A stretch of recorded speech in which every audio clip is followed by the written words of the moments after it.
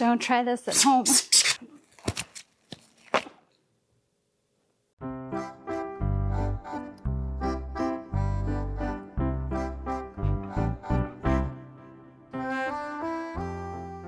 This week, I want to use some of the alpaca fiber that I have from my very own alpacas that are housed at my good friend Erica's house. She takes great care of them and they give me the most gorgeous fiber.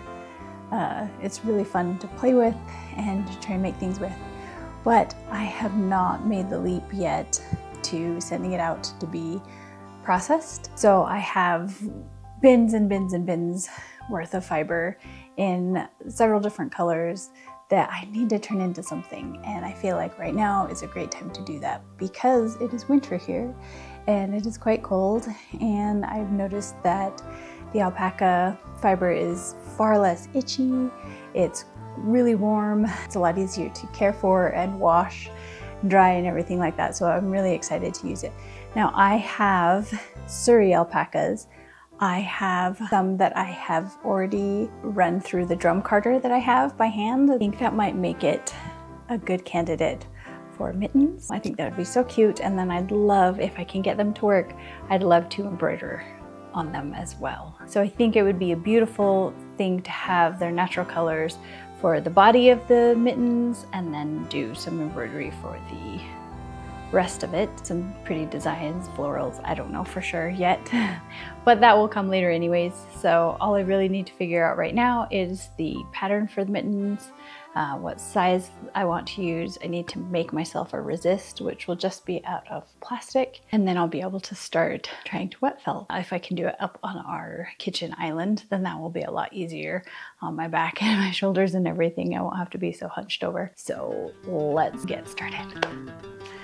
Okay, so I have a towel, I have my resists, I have my bubble wrap, I have a pool noodle, I have my soapy water, I have another towel. Last time I used some tulle. I'm going to use this fiber.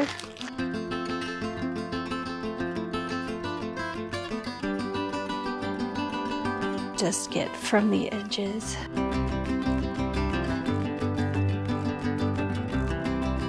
We're going to go all in one direction to start, and we are going to overlap them. Edges go off of the mitten, and I'm hoping this green towel will help a little bit because when I did the other one I had some holes, but I'm hoping that this time with the green I'll be able to see where I have some kind of light spots.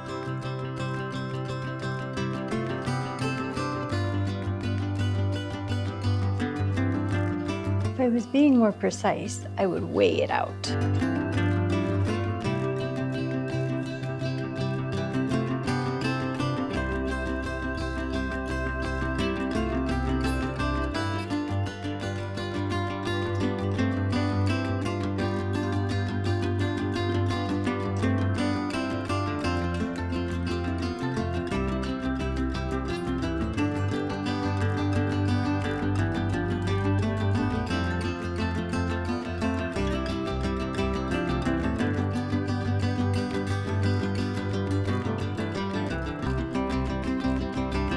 No idea what I'm doing.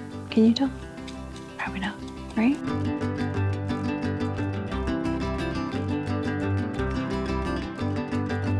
Just testing it out. Let's see how it goes.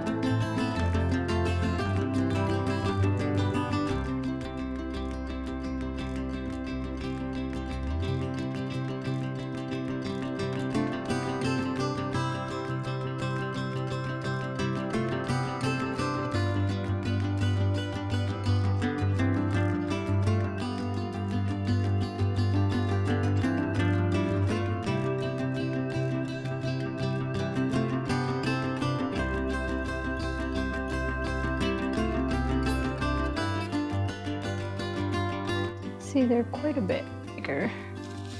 Shrink them in the right direction.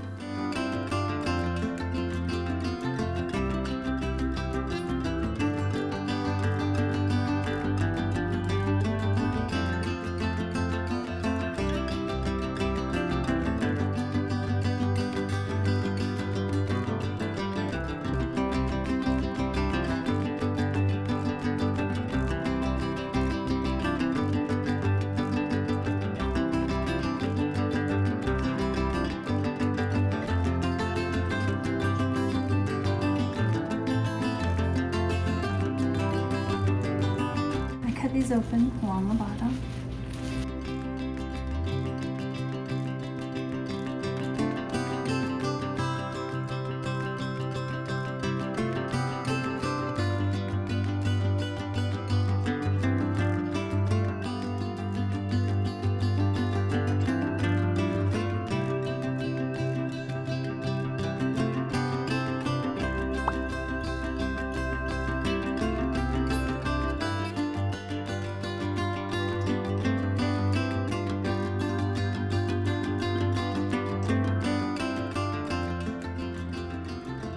Okay, so I finished forming the mittens.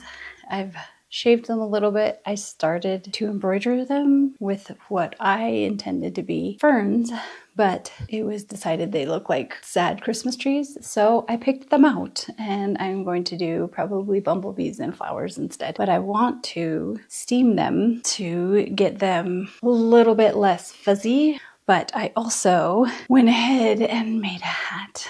I was having too much fun with the wet felting to just do the mittens. So I decided to make a warm brimmed hat that will be great. I already used it this morning for a little morning walk. I haven't decided if I'm going to put any kind of band or anything on it. It is kind of a bland color and there's no embellishments, but I figure my hair is probably enough color to make it okay. But we are gonna steam it. I didn't really have a good hat form.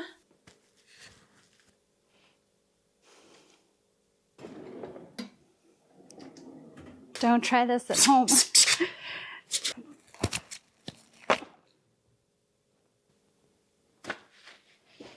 I remembered I have this hat form from Cricut. I'm glad I didn't use it for drying and forming.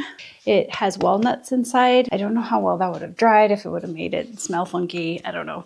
So I'm glad I didn't use it for that, but I think it will be absolutely great for the steaming. I've got my iron all heated up. It is a little bit of a different shape than what my hat is, and I made it a bit more curved along the top. I can't use hats that are really flat on the top. They just don't fit me right, but this one fits me perfectly and I love it so much. So I'm really excited about it. But these hat form more for like a baseball cap. I have lots of scraps of things. It's for like oven mitts and stuff like that. So I'm gonna put that in the center just to help make it a little bit more domed and steam it that way. See if I can get the right shape and not distort my hat that's perfectly fitted for my head. So first let's start with the mittens. So this one I said I have press it a little bit again at a slightly higher setting and then make sure kind of smooth out these edges. I'm gonna do this one.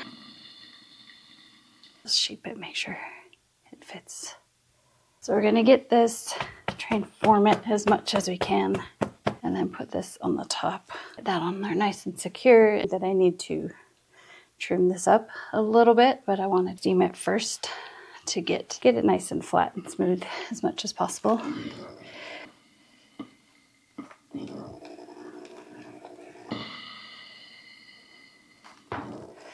then I'm going to steam along this top. I think it helped a little bit. I think it turned out pretty nice, especially for a first attempt. Pretty good. Okay, now the really tricky part, evening up the edges. So I think the shortest edges are 2.5.